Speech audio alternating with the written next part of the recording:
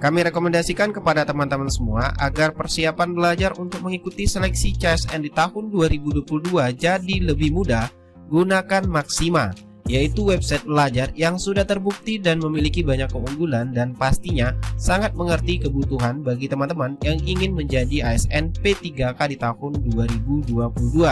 Buruan daftar dan dapatkan promonya. Belajar maksimal bersama Maxima jadi ASN di tahun 2022.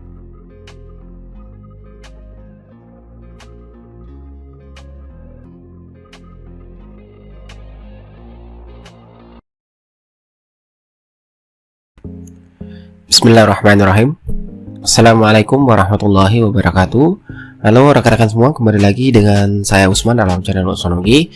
Baik, di kesempatan kali ini kami kembali akan berbagi informasi dan juga membahas terkait dengan pelaksanaan seleksi P3K Guru berkaitan dengan perubahan mekanisme seleksi ataupun aturan baru yang akan digunakan untuk seleksi P3K di tahun 2022. Oleh karena itu silahkan simak video sampai selesai untuk mendapatkan informasi selengkapnya. Namun seperti biasa, bagi rekan-rekan yang baru pertama kali menemukan channel ini, jangan lupa untuk tombol subscribe-nya dan aktifkan lonceng notifikasinya agar setiap kali mengupdate info-info terbaru, rekan-rekan yang pertama kali mendapatkan notifikasinya.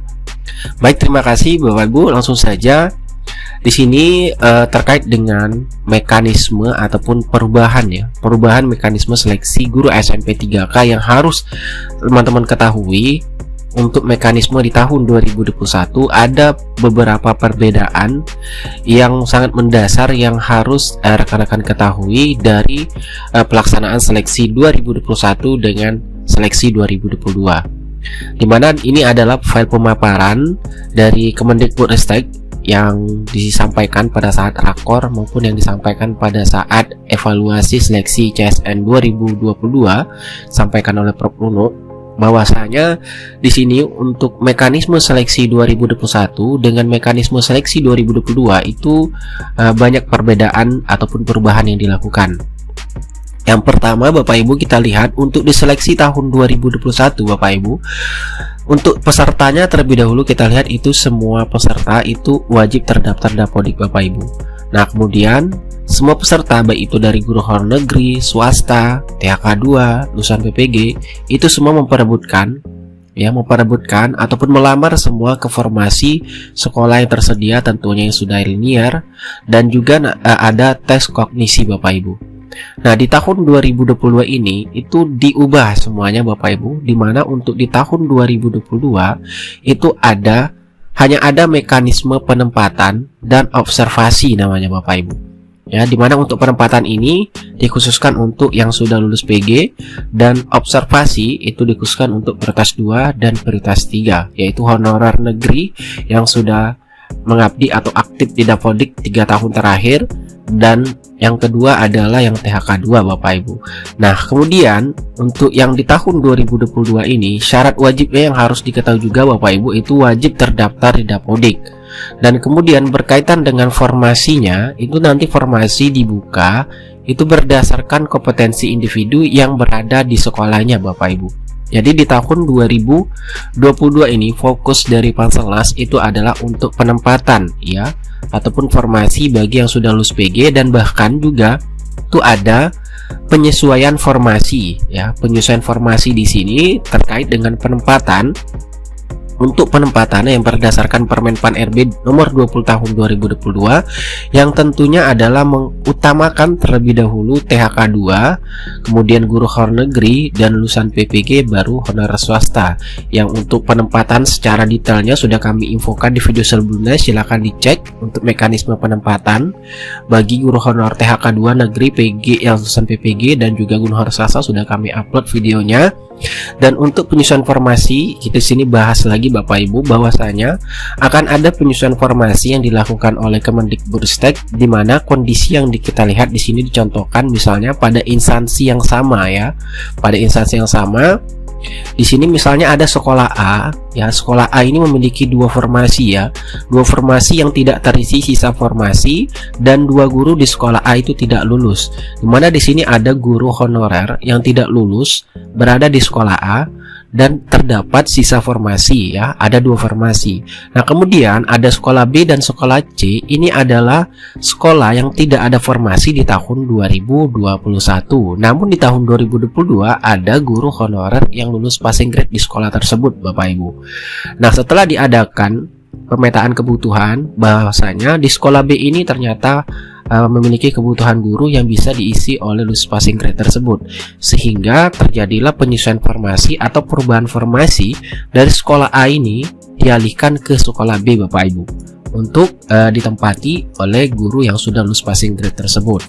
Nah, di sini ada catatan, perubahan formasi di sekolah baru itu tidak berdampak menjadi kelebihan guru di sekolah tersebut. Artinya sudah dilakukan pemetaan ataupun dihitung ya berdasarkan jam kerjanya ataupun bahasanya Permendikbud nomor 16 ya, terkait dengan beban kerja guru. Tentunya itu sudah dihitung semua oleh Kemendikbud. Nah, kemudian Bapak Ibu, kita lihat lagi.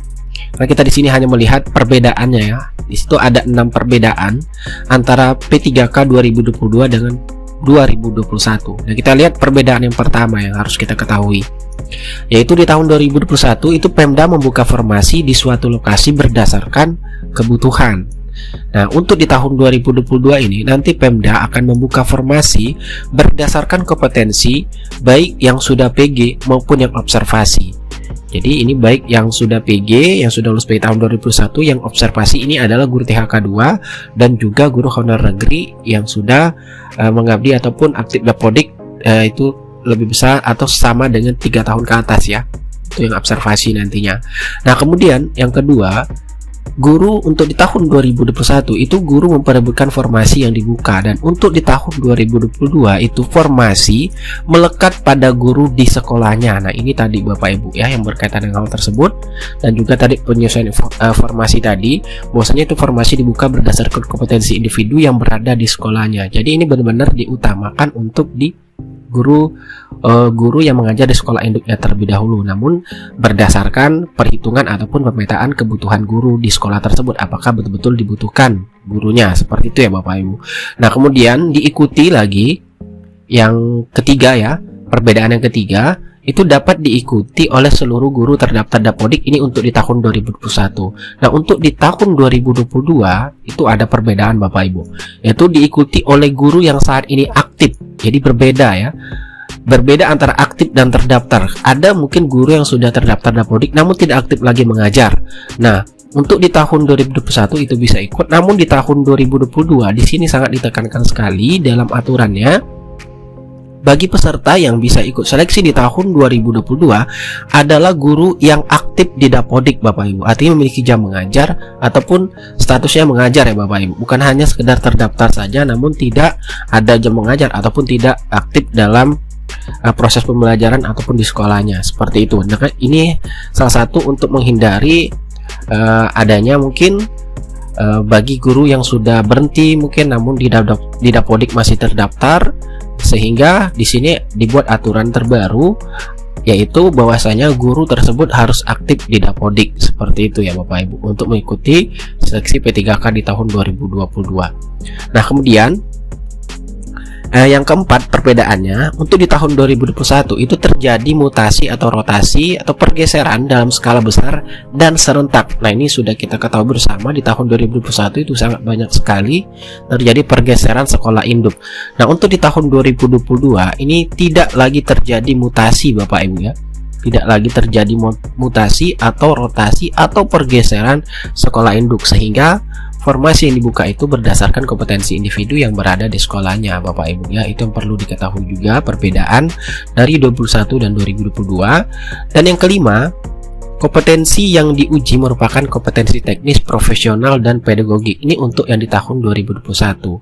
Nah, untuk di tahun 2022 ini kompetensi mempertimbangkan dimensi kompetensi profesional, pedagogik, sosial, dan kepribadian. Dan ini tentunya untuk yang prioritas 2 dan prioritas 3 ya Bapak Ibu. Karena untuk prioritas 2 dan prioritas 3 itu melalui observasi. Nah, observasi ini yang dilakukan nanti mempertimbangkan kompetensinya, yaitu kompetensi profesional, pedagogik, sosial, dan kepribadian Bapak Ibu guru sekalian, yang untuk prioritas 2 dan prioritas 3. Dan yang keenam, perbedaan untuk diseleksi P3K di tahun 2022, di tahun 2021 itu menggunakan mekanisme tes kompetensi yang sudah kita ketahui. Yang diuji ada kompetensi teknis, manajerial, sosiokultural, kemudian ada wawancara. Nah, untuk di tahun 2022 ini menggunakan mekanisme penempatan. Tentunya ini untuk yang LUS-PG dan uji kesesuaian observasi Bapak Ibu.